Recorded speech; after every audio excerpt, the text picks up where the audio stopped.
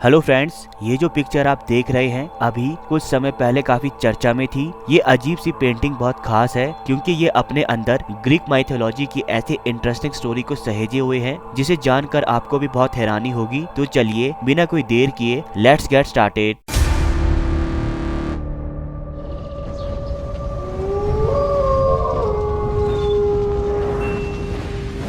इस पिक्चर में दिखाई देने वाला शख्स कोई आम नहीं बल्कि Titan Lord of the universe क्रोनस है। क्रोनस टाइटन्स का किंग होने के साथ ओलंपियन गॉड्स की first generation Hestia, डीमेटर, Hera, हेडिस, Poseidon और ज्यूस का पिता भी था। इस टाइटन गॉड को समय, पैदावार और भाग्य से भी जोड़ा जाता था, जिस कारण इनके शासन के समय को गोल्डन एज का नाम दिया जाता है। क्रोनस असल में मदर गॉडेस गेया, जिन्हें कभी कभी मदर अर्थ भी कहा जाता है, और ओरोनस का बेटा था, जिन्होंने टोटल 3 रेसिस ऑफ चिल्ड्रन को जन्म दिया। पहली हेकाटोन खीरस, दूसरी कायक्लोप्स और आखिरी टाइटन्स, जिसमें क्रोनस सबसे छोटा टाइटन था। ओरोनस हेकाटोन खीरस और कायक्लोप्स को अपने बच्चे होने के बावजूद नापसंद करता था, इसलिए उसने इन बच्चों को धरती की गहराइयों में कहीं दूर लॉक कर दिया। गेया को ओरोनस का अपने ही बच्चों के साथ भेदभाव करना गलत और दुख लगा। वो ओरोनस की इस हरकत से गुस्से से भर गई। उसने स्ट्रॉन्गेस्ट मेटल से एक क्रांति बनाई और अपने बचे हुए बच्चों टाइटन्स को अपने भाइयों के लिए बदला लेने के लिए उकसाया ताकि वो उन्हें आजाद करा सके, पर टाइटन्स ने अपने पिता के डर से ऐसा करने से इनकार कर दिया। टाइटन्स में से सिर्फ क्रोनस ही इस सब के लिए तैयार हुआ। उसने अपनी माँ की बनाई क्रांति को उठाया और अपने बड़े भाइयों को अपने पिता के खिलाफ जैसे जैसे इकट्ठा कर लिया।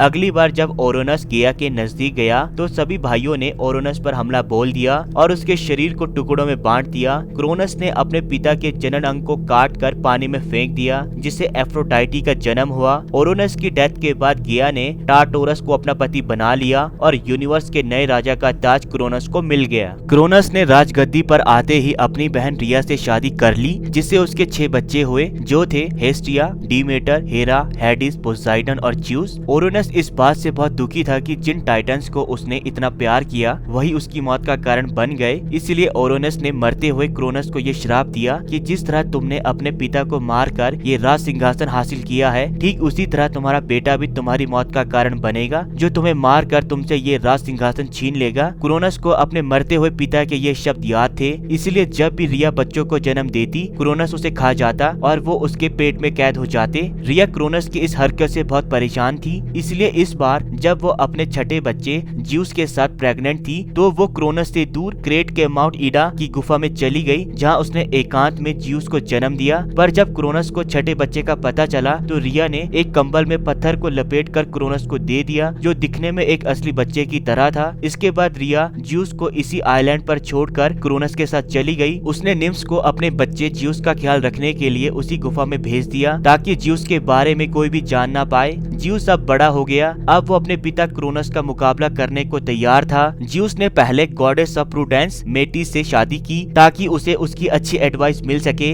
बाद में ज्यूस ने सरसों और वाइन के एक मिक्सचर को अपने पिता को पिला दिया। क्रोनस को लगा कि ये ड्रिंक शायद उन्हें और ताकतवर बना देगा, इसलिए उन्होंने भी ये ड्रिंक पी लिया। पर ड्रिंक को पीने के बाद उन्होंने उल्टी कर दी, जिससे उनके वो बच्चे जिन्हें उन्होंने सिंहासन के खोने के डर से खा लिया था बाहर आ गए। सभी बच्चों को अपने पिता का उन्हें जन्म के साथ अपना खाना बना लेना सही नहीं लगा। उन्होंने अपने पिता के खिलाफ जंग छेड़ दी। 3 सबसे ज्यादा पावरफुल गॉड्स ज्यूस, पोसाइडन और हेडिस धरती की गहराइयों में चले गए ताकि वो अपने अंकल्स एल्डर कायक्लोप्स और हेकाटोन खीरस को आजाद कर सके। आजाद होने के बाद उनके अंकल्स ने उनका साथ दिया। एल्डर कायक्लोप्स ने अपने तीनों पावरफुल गॉड्स चिल्ड्रन को पावरफुल हथियार दिए, जैसे कि ज्यूस को लाइटनिंग बोल्ट, पोसाइडन को त्रिशूल या ट्राइडेंट और हेडिस को हेल्म, जिसे पहनकर कोई भी अदृश्य हो सकता था। गॉड्स और टाइटन्स के बीच ये लड़ाई करीब 10 साल तक चली, जिसमें टाइटन्स को हार का सामना करना पड़ा। ज्यूस ने क्रोनस की ही क्रांति से उसके टुकड़े कर दिए और उसके शरीर के टुकड़ों को टार्टोरस की गहराइयों में दफना दिया। इसी दौरान एटलस को गॉड्स की जगह टाइटन्स का साथ देने के कारण ज्यूस के द्वारा यूनिवर्स को एटर्निटी तक अपनी पीठ पर उठाने की सजा मिली और इस तरह ज्यूस अब लॉर्ड ऑफ यूनिवर्स बन गया, जिसने क्रोनस के पिता ओरोनस के श्राप को पूरा किया।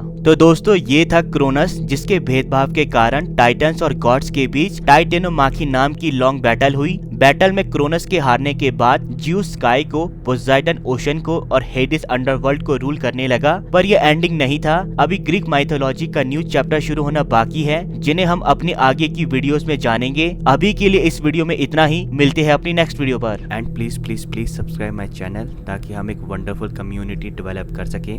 तब तक के लिए गुड बाय, मिलते हैं अपने नेक्स्ट वीडियो में।